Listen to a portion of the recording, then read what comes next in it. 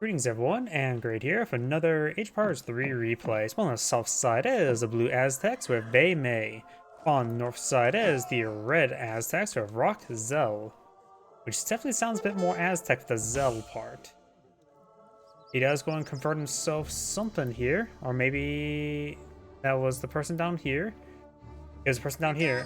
He does grab himself a Marauding Cossack, does have decent damage, but I'm still more of opinion that you should actually not convert the Guardians to get the double experience. Local doggo will go down and will steal his hair meat. Those pups will go hungry for the winter. He does get himself a converted witch hunter. The reason why I say it's better for Aztecs to kill the Guardians is ×2 experience is, well, ×2 experience, and converting them gives you 0 experience, so he is down 32 experience.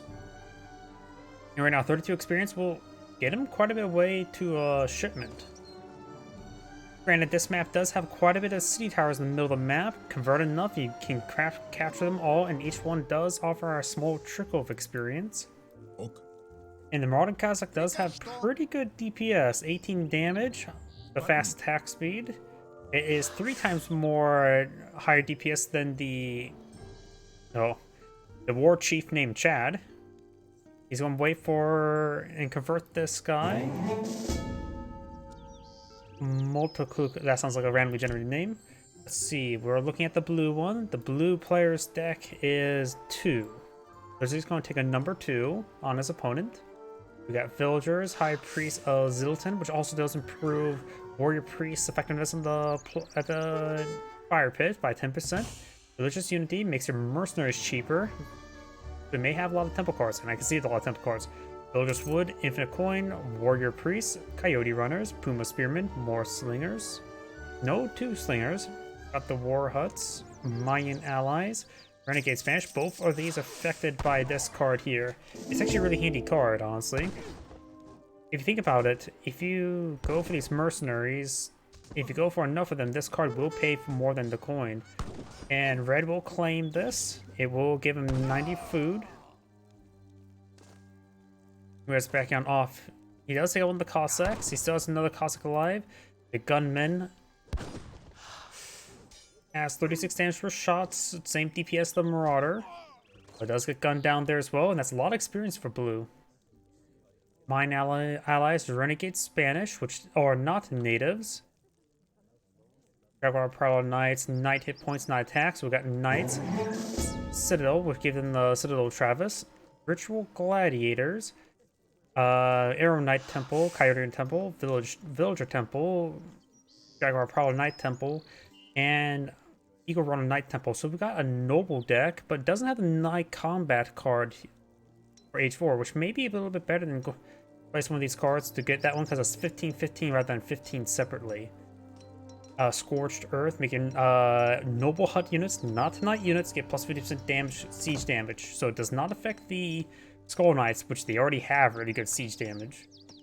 And we got the Mine Allies, which does also set their Mine Warrior Societies to active. If you would have gone for the Infinite one, it gives you less of them, but also set them to Champion, so you get higher quality Javeliers. He's going for Religious Unity now. Let's take a look at the other Aztec player who's aging up with the Elder. We do have the Elder as well.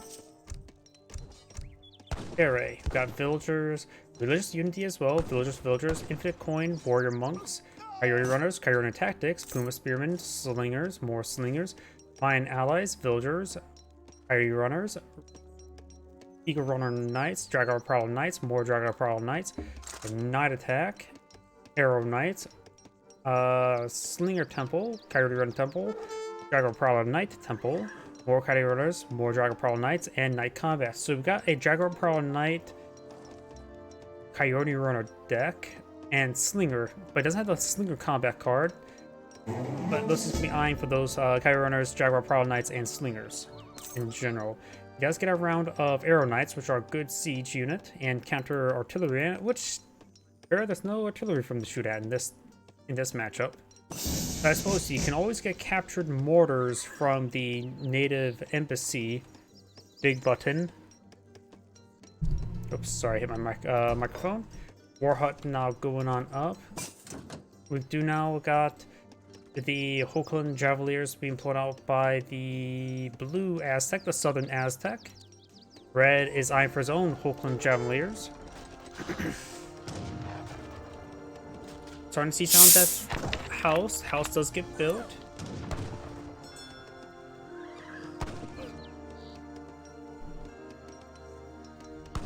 We got a small amount of natives there. This villager is getting hit.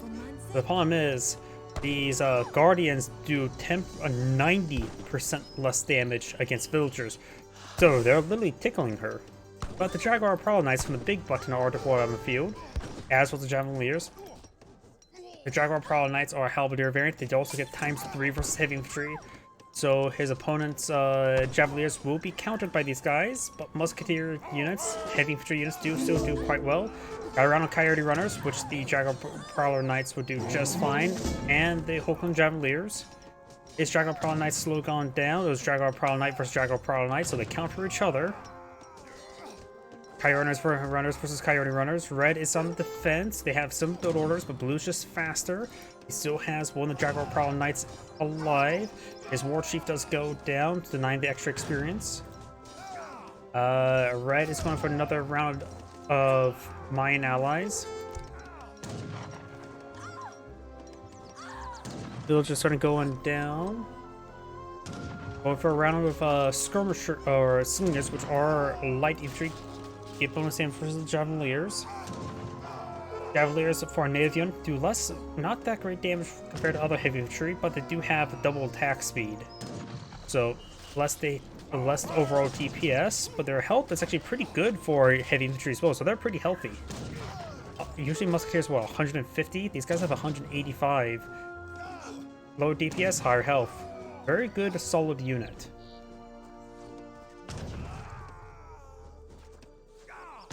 Slingers do also have high attack speed, as well as double damage versus heavy infantry. They're more true to a skirmisher. There's another round of Javeliers. We do have some Puma Spearmen. They offer okay damage. Those that they got apart immediately. Red's War Chief does go on up, which will give him perhaps a bit of extra experience. We've got some Coyote Runners here. They may be eyeing to raid some villagers. Red has lost his War Hut. Is Red going... He's going for a shipment of Slingers. Council has 12 villagers inside, providing some fire support. War Chief does go down. More of these forces going down. Got now some more Slingers being deployed on out. There's a round of Slingers.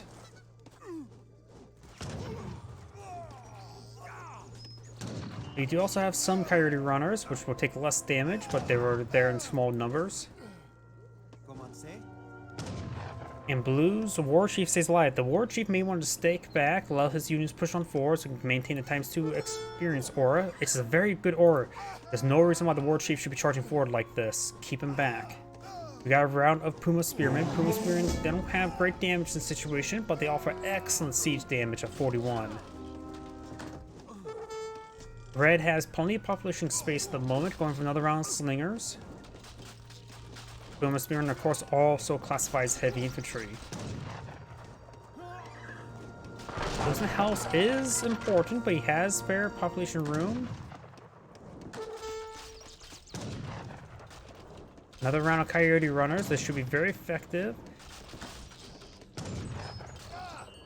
Some of these villagers are getting hit. He may need to pull out warriors from the fire pit.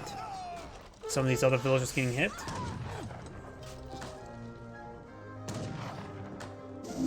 There's a shipment of the Slingers, 8 Slingers. His opponent has 10 here with some Spearmen.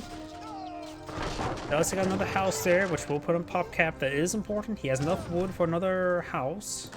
Garen is charging way forward. It should be 2-shotted by the town center.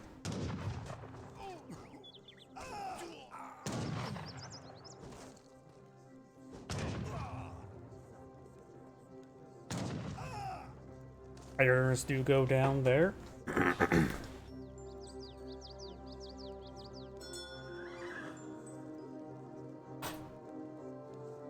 Oh, and I think Red backed up the game. This and great saying, thank you for watching, and on to the next replay.